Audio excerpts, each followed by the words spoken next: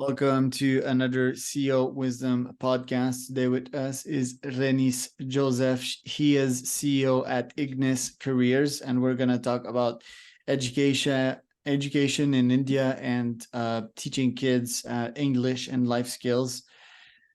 This podcast is brought to you by podpar.com. If you want to start, scale, or be invited to a podcast like this one. Rennis, can you tell me a bit more about yourself and a bit more about Ignis?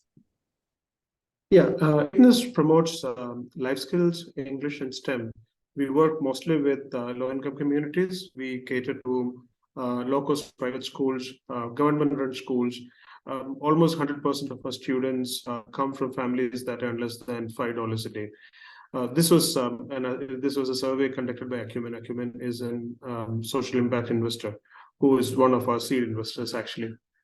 So what we try to do is we are trying to solve the global educational crisis where people come out of schools, colleges with certificates, but without any real skills. Because we have this crisis, we have this epidemic of, people learning, for exams. They come up with certificates, they learn things by heart, they don't acquire any skills.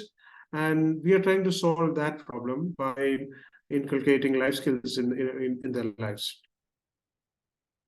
Why did you decide to start that nonprofit? It's not a nonprofit. It's a for-profit. It's a social impact business. I didn't want to be a nonprofit for one thing. We wanted to be relevant to the market. We wanted to be, proven by people year after year. That way, we are more accountable. Nonprofits, in my opinion, are not really accountable to that extent because, the question is to the donor or to the beneficiary. So in our case, we don't have beneficiaries, we have customers who pay for our services. The reason why I got it started was because most of the, I've been to too many schools and colleges. When I went to some of the colleges in India, and I was shocked. When you ask them what's cloud computing, people looked up in the sky. These were BTech, Bachelor of Technology students, final year, who are going to join, who aspired to join software, companies. And most of the time, one of the limitation was English because they couldn't read for themselves. Most of the higher education in India is in English.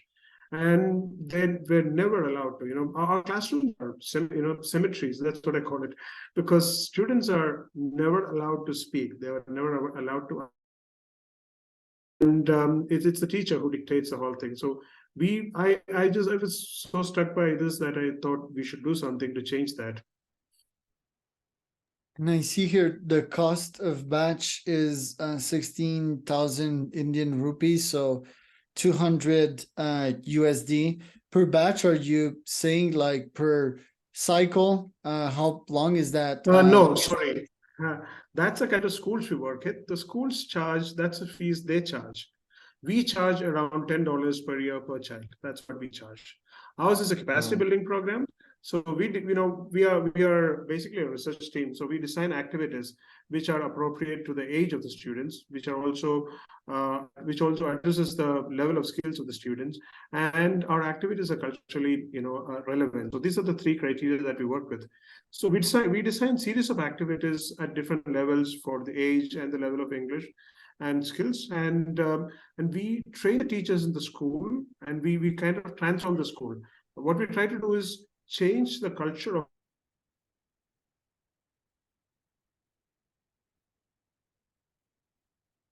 Rennis, we lost you.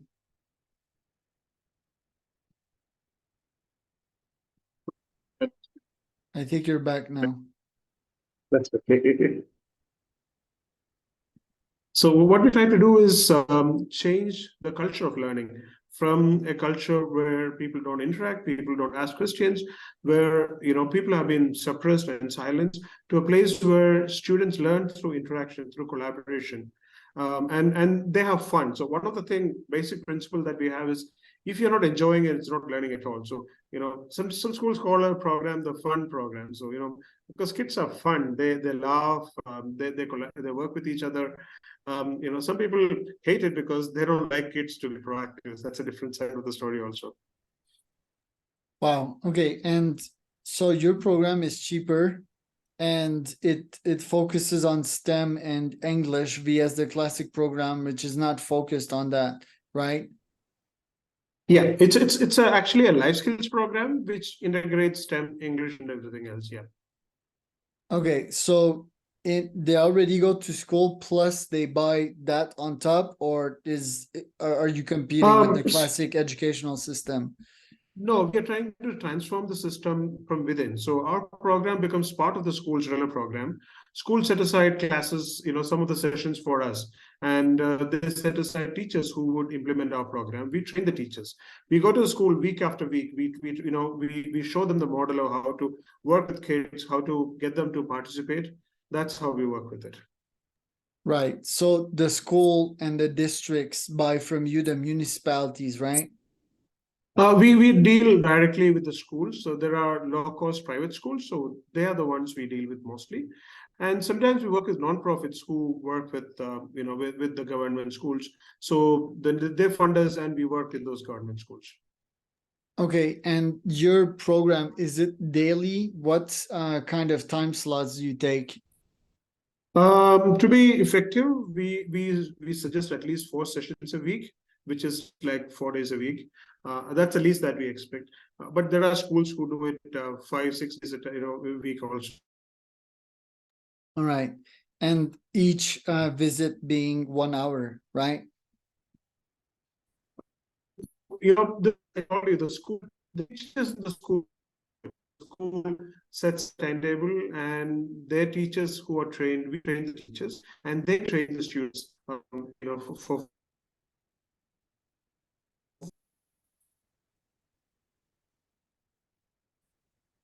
Ernest, we lost you again, so can you repeat that last part? Right. So we train the teachers in the school who in turn train their students. So they set aside an hour every day for this program to run. Okay. So you teach the teachers, or you have teachers teaching the children's? No, we train the teachers because Okay. we are looking at long-term impact. We are looking at transforming the school so that in a school we train 8 to 20 teachers. So we're looking at transforming the school and making it sustainable and affordable. All right. Okay, that is much, much clearer. So basically, STEM is not prioritized, nor is English or life skills, so that you teach those teachers, and you also teach them like fun activities to generate these skills in students. Yes. Okay. Yes. So how many schools do you have right now, or how many children are in your program on a yearly basis? So the last year and this academic year, we have been working with close to 20,000 students. Before COVID, we were working with 40 to 60,000 students a year. After COVID, we are slowly recovering because schools were closed for 2 years, so we suffered quite badly. Yeah, what did you do during that period? Well, we jumped in to help people who were affected by COVID. We tried experimenting online programs, and there were nonprofits who were working on online programs. So we worked for those people. We were supported by our funders. So Ignis Social Business was one of our investors. They actually supported us through those years. Right. And during that time, you were revisiting the curriculum, you were honing down on probably, sales process and doubling down on current clients. And yeah, COVID lockdowns were pretty heavy in India. It wasn't a nice period. You mentioned that most of the students that you serve are impoverished. So what is the reality of these little kids? If you could describe their day to day and the challenges that they face. So most of them come from families that I told you that earn less than $5 a day. So which means most of them are in unorganized sector. In the urban areas, they are parents. Their parents are migrants, and in most cases, the parents have been barely to school. So these are the first generation learners. These are children who the parents are making a big investment in because that's the only thing they can afford to give them. So and they live in 1 room, 2 room houses in slums. And their parents, drive rickshaws or work as maids in houses. They're from the lower caste. In India, we have the caste system, which is kind of an apartheid. So most of them come from, communities that kind. And what do the struggles may look like at home? The challenge, the biggest challenge, we have done a survey with the parents. There's no one to guide them. They don't have a model of what to look forward to learn from learning. Like sometimes when we go to villages and we ask parents why don't they send their children to school, the question is why, and they don't even understand why. Of course, education has let them down quite badly. The current system has let them down, so it has made them even more cynical. So it starts with that, and when we surveyed, 80% of the students said that they are guided by their parents to make career decisions. The sad fact is, hardly 20% of the parents had even gone to 10 years of formal education. So that's it's a big cycle of poverty. So the objective of what we are trying to do is empower them so that they make informed decisions, that they break the cycle of intergenerational poverty. Right. And then what about food, sanitation? What other challenges are into these children's lives? Right. So when you talk about the families that we are talking, I'm talking about the families that earn less than 500 a day. They are mostly malnourished. So again, they come from rural, families where it's a little long story. Most of them just eat rice with chili powder and salt. That's what the staple food is like.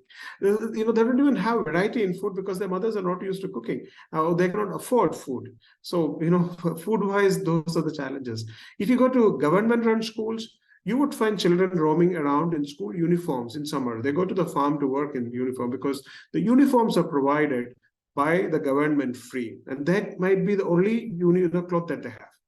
They stitch school bags out of fertilizer bags, which they collect from the village. So that's a kind of backgrounds these children come from. Again, they barely would have toilet. They wouldn't. Many of them hardly have a proper water supply in their houses. So left unattended or without your program in or out the educational system, like what could their teenage years look like, and what would the final version of these humans look in adults if left attended or unattended? Right. I can give you the story of one village where we worked continuously for 8 years. So, when we went to the village, most girls got married by the time they hit puberty. That was when they were in class 7, class 8. So which means they were getting married at the age of 14 and 15. And the school had barely 140 students. Now, after 8 years, when we went back, we realized the school now has around 340 students studying in the school. And the best thing is, this village now has 90 to 95% of the students enrolling in higher education. And the national average in India is 34%. This is a story nobody believes in. A village where 92% of the students enroll in higher education. And hardly any girl gets married before they complete their graduation, which means the age at marriage is about 22 now. So that's the kind of transformation. Students are from such a remote village now go to some of the prestigious colleges and universities. Some of them aspire and they're preparing to be civil servants. So that's the kind of difference we are able to make. And what about boys? What does a boy look like when he grows up without education? Is it without education, many of them would end up as farmhands because they come from extremely poor background. So there is nothing much because they don't have any assets or anything to fall back on. They don't have land to cultivate in. So they would end up being farmhands, or they in the cities they would end up being the same cycle of what their parents are doing, an unorganized sector, manual labor and things like that. So your life skills, I guess, they could provide them something to fall back on.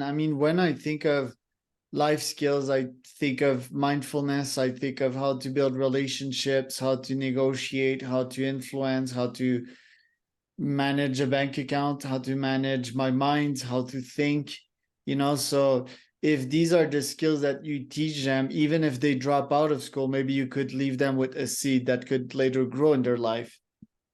True. So we follow the UNICEF and WHO's broad framework of life skills. I mean, those are the ones you listed just now. Interpersonal skills and communication skills, critical thinking and advocacy skills, self-management and coping skills. This is the very broad framework of things that we work with. So when we have series of activities, they learn to work with each other. They learn to negotiate. They learn to explore for themselves. That's the best part of it. We inculcate a sense of meta learning in the sense like, why do I learn and how do I learn? So, when they leave the school and go to colleges, they learn to find their way through. And that way, they learn to use opportunities. And the other thing that happens is when we teach them English, one is most of the higher education in India is in English. So that's one part of the story. The second part of the story is that it gives them access to a wider job market. In a globalized world, they are likely to find better jobs. And also, they are better equipped to use digital tools because banking and everything else, like you just said, are digitally are digital now.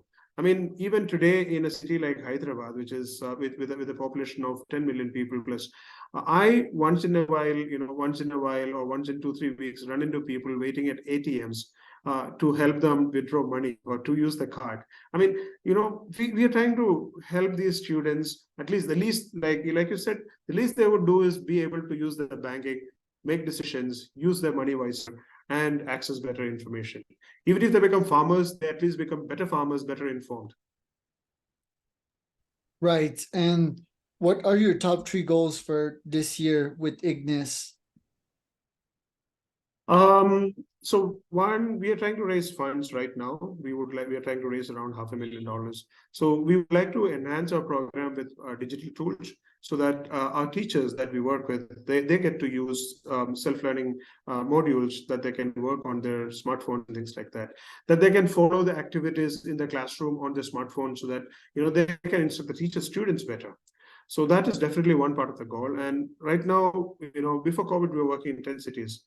Now we work only in 3 cities, and we would like to scale it to 25 cities, over the next 2-3 years. And and we would also like to reach out to smaller towns through micro franchises and small franchisees and things like that. Yeah, so those are the things we are aiming at right now. That's very cool. And where can people find out more about you? You can visit our website, igniscareers.com, and you can visit our LinkedIn page, which again, Ignis Careers. Yeah. And YouTube, there is a channel. We do upload videos once in a while. Yeah. Thank you for that. Yeah, I'll watch a couple of your YouTube videos. So that was Rennis Joseph, everyone. And I am Charles Cormier, host of CEO Wisdom Podcast.com.